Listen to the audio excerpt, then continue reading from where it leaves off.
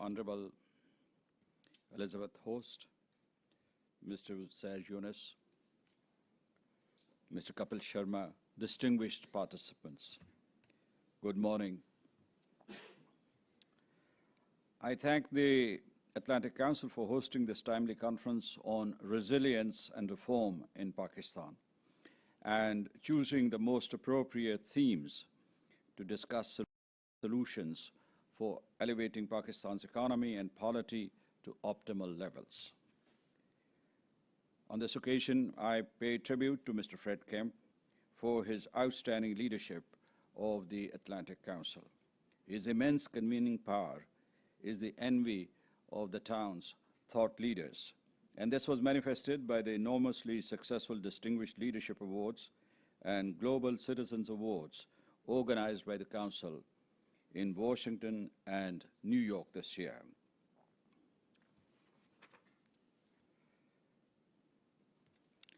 We are grateful to the Atlantic Council for supporting and leading the Pakistan Initiative that gives a voice to Pakistan in Washington, D.C., and is now becoming a clearinghouse for understanding Pakistan-United States relations. And thank you, Mr. Sair Yunus, for your important work and very able and astute stewardship of the initiative. Mr. Kapil Sharma, congratulations on your new position, and I also recall my conversations with you, which have been very interesting and very productive. My special thanks and tribute to Principal Deputy Assistant Secretary of State Elizabeth Host for keeping the engines of U.S.-Pakistan relations running all the time. She's a force of nature and a force multiplier for our ties. Thank you so much. Now, let's look at the global picture first. Pakistan has a destiny. Our geography, our people, and our ideals determine that destiny. We have a mission to fulfill and the resolve to go the distance.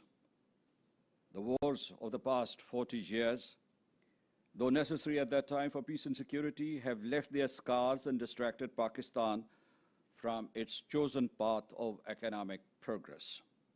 The dark shadows of that period are receding.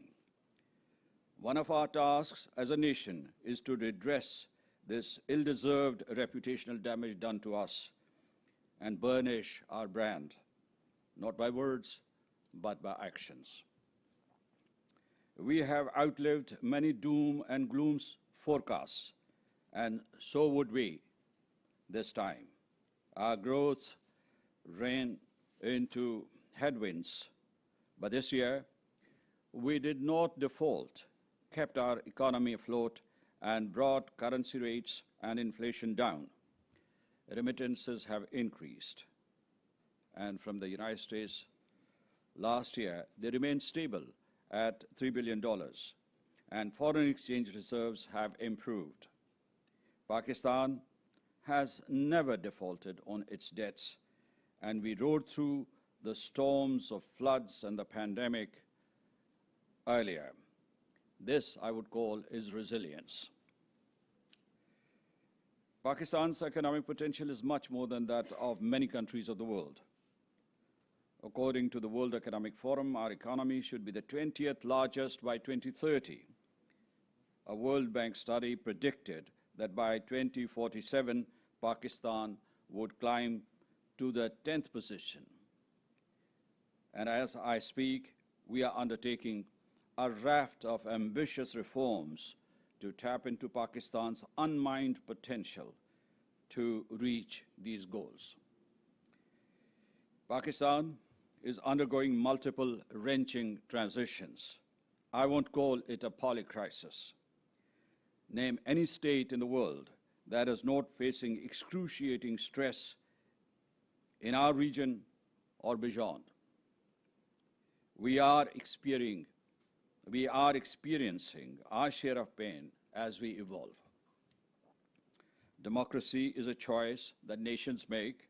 Pakistan has made that choice, and we have chosen the path of persistence, whatever the costs. Soon we will hold elections to start a new parliamentary cycle and move towards political stability. Pakistan is the fifth most populous country in the world of 230 million people. The median age is 22. Nearly 64% are below the age of 30. Its middle class has soared to more than 80 million, which is also bilingual, making it the fourth largest English-speaking nation. There are 190 million mobile telephone subscribers and 130 million broadband subscribers in Pakistan. Hundreds of thousands of tech professionals and entrepreneurs are joining the market every year. Pakistan has a promising demographic profile and a profitable consumer market. We have our own common market that extends to East, Central and West Asia, as well as to the Middle East and North Africa. We have a strong and dynamic private sector, both formal and informal, now buoyed by the tech sector. Informal economy accounts for 75% of the jobs and 50% of our national income.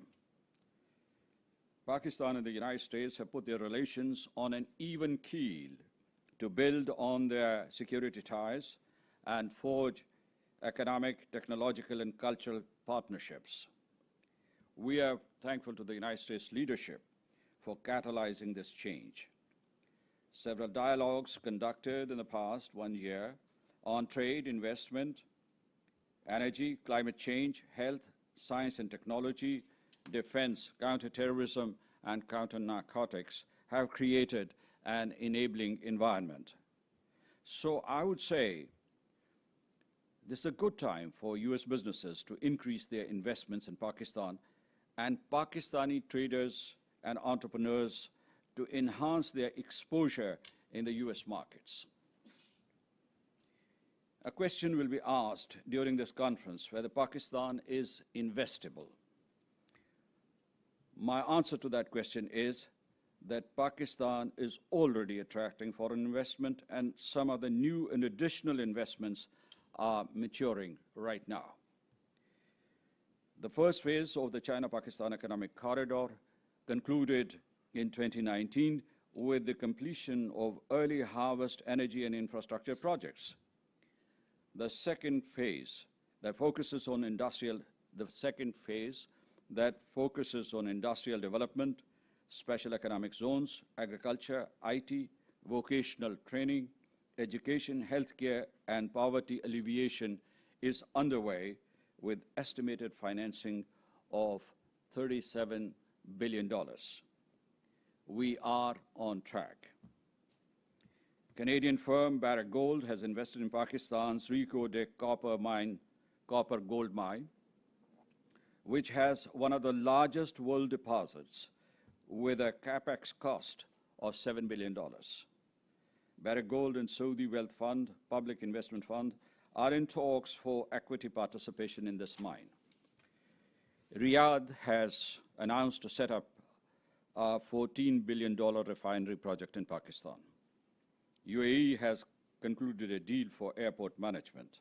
Other Gulf nations, including Qatar and Bahrain, have shown keen interest in high-value IT, agriculture, and airport terminal projects. The financial volume of these projects should increase to $44 billion in the decades to come. Other countries are investing in Pakistan. For instance, Nestle, Huawei, and Telenor are successful in Pakistan. So the real question is not, is Pakistan investable, but how its investments can be scaled up to make it a regional competitor and global economic player. The United States has a standing advantage because of American companies' experience in Pakistan spanning decades and their existing investment infrastructure in our country. The United States has consistently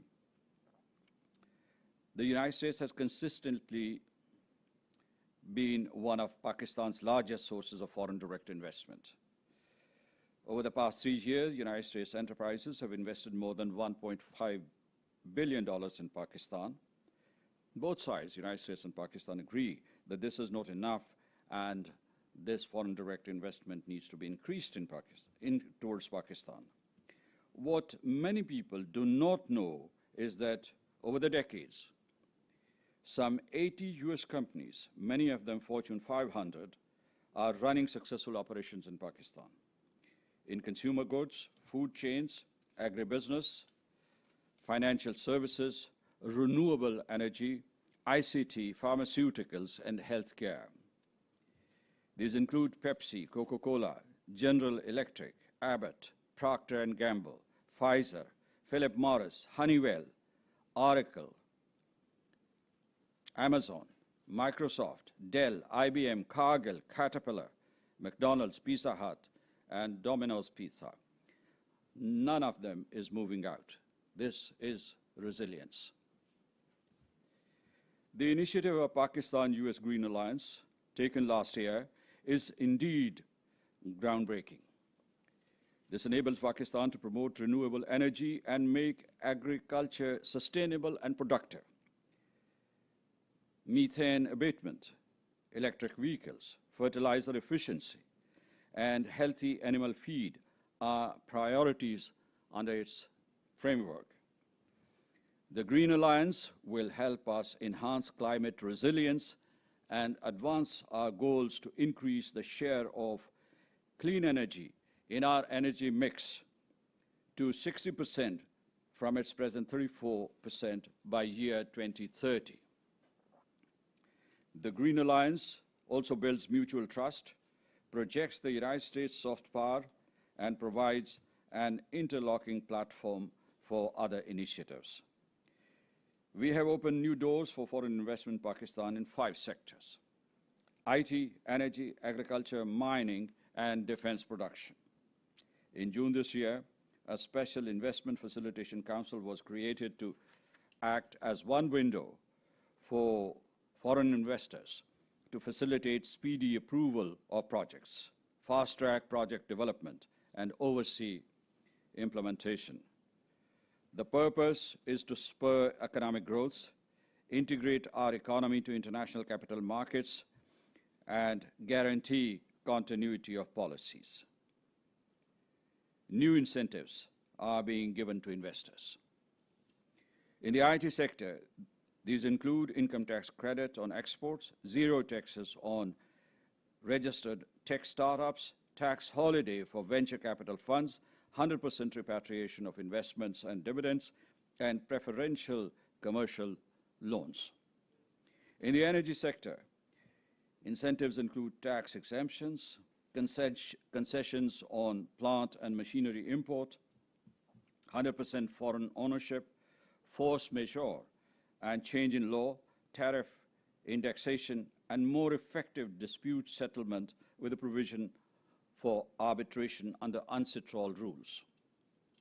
In the mining sector, we are offering 100% foreign equity, expatriate facilitation, export processing zones, inclusion in the China-Pakistan Economic Corridor, and repatriation of capital and profits.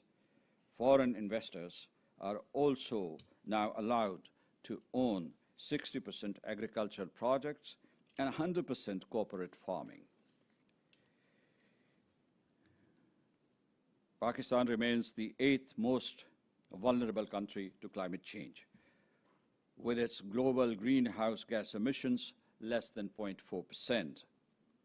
The frequency and ferocity of floods, cyclones, glacial melt, heat waves, drought, and earthquakes require both domestic preparedness and resilience, as well as international support. The World Bank has estimated that Pakistan would need nearly $350 billion till 2030 for resilience alone.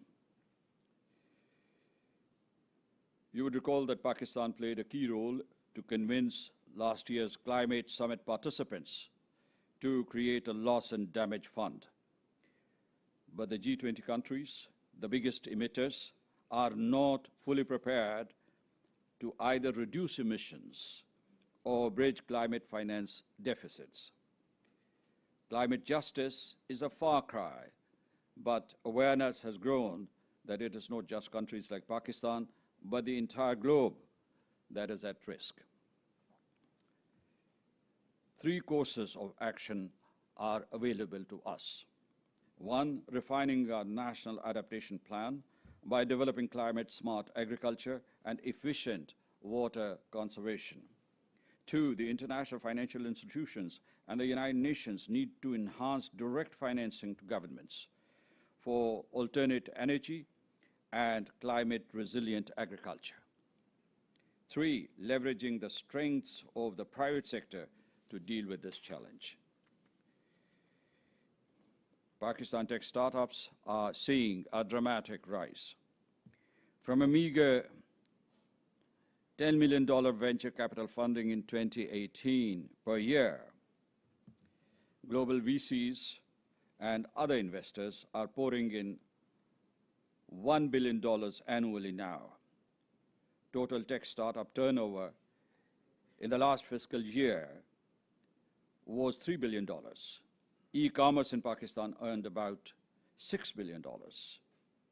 I'm not gloating over it. This is just the beginning. Pakistan is not far behind in the tech revolution that has taken off in Southeast Asia, Middle East, and North Africa. The gap is now closing. Pakistan is catching up. Digitization of economy, e-commerce, and improved supply chains are driving this change. Tech startups have been particularly successful in fintech, retail, pharmacy, diagnostics, telemedicine, education, groceries, and transportation. American VCs that are betting their money on Pakistan include Kleiner Perkins, Target Global, Tiger Global, Dragoneer, Accrue, Sequoia Capital. Add to that UK's Kingsway, Speedwest from Europe, UAE's Sharook, and China Accelerator and Fatima Gobi from China, investing in pre-seed, seed, and early stage startups in Pakistan. This trend would continue. To reach the next stage, our markets have to ensure continuity of current flows, move towards startups that are less capital intensive, and diversify our targeted markets by going beyond Pakistan to Central and West Asia, Middle East, and North Africa. This is a natural business ecosystem for Pakistan. A two-way trend has already started.